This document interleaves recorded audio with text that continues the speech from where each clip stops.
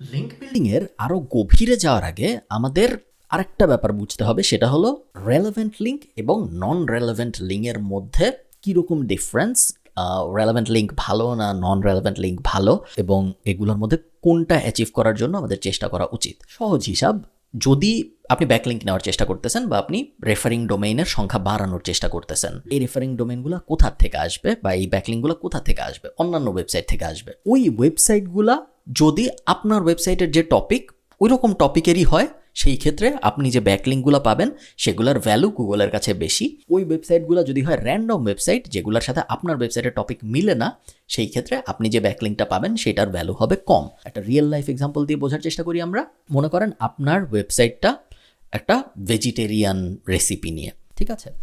এখন আপনি vegetarian recipe নিয়ে যে ক্লায়েন্টের ওয়েবসাইট, ওই ওয়েবসাইটের আপনি একজন এসইও এক্সপার্ট, আপনাকে আপওয়ার্কে হায়ার করছে বা ফাইবারে হায়ার করছে বা আপনি ওখানে চাকরি করেন। তো উনি আপনাকে বলছে ব্যাকলিঙ্ক বানাইতে। আপনি দেখছেন যে ভেগান রেসিপি এই কিওয়ার্ডটার জন্য যদি আমি আমার ওয়েবসাইটের একটা ইউআরএল র্যাঙ্ক করতে চাই, আমার 400 ব্যাকলিঙ্ক লাগবে, কথার কথা। তো এই 400 ব্যাকলিঙ্ক আনার জন্য আপনি ব্যাকলিঙ্কের বিভিন্ন স্ট্র্যাটেজি ইউজ করা শুরু করেছেন, যেগুলো আমরা সামনে শিখবো। ব্যাকলিঙ্ক পাওয়ার বিভিন্ন স্ট্র্যাটেজি, সাইটেশন আপনি করে ফেলছেন, আমি ধরে নিচ্ছি, সামনে আপনি বিভিন্ন স্ট্র্যাটেজি ইমপ্লিমেন্ট করবেন। তো আপনার যে পেজ আপনি র্যাঙ্ক করতে চান সেটা হইল ভেজিটেরিয়ান রেসিপি নিয়ে। এখন আপনি একটা ওয়েবসাইট পাইলেন যেই ওয়েবসাইটটা ডায়াবেটিস নিয়ে।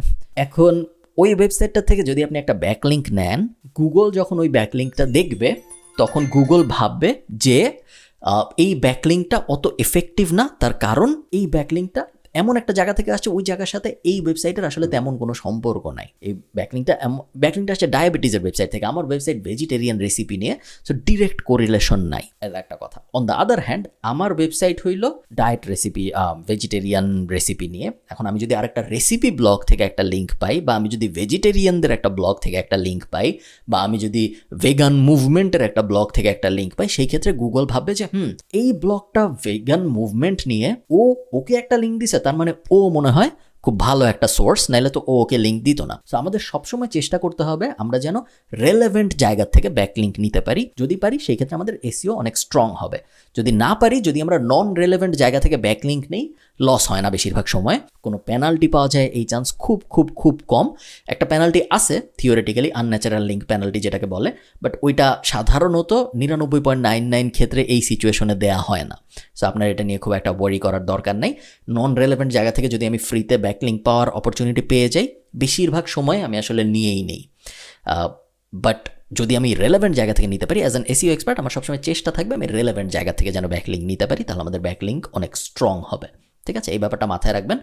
সামনে বিভিন্ন অপরচুনিটি আসবে। সামনে আমরা এর পরের ভিডিও থেকে আমরা অনেক ব্যাকলিঙ্ক পাওয়ার স্ট্র্যাটেজি শিখবো। ওই স্ট্র্যাটেজিগুলো অ্যাপ্লাই করে যদি আপনি রেলেভেন্ট ব্যাকলিঙ্ক নিতে পারেন, আপনি দেখবেন আপনার র্যাঙ্কিং খুব তরতর করে আগায় যাচ্ছে। নন রেলেভেন্ট নিলে যে আগাবে না তা না, বাট অনেক স্লোলি আগাবে, যেটা আপনি চান না।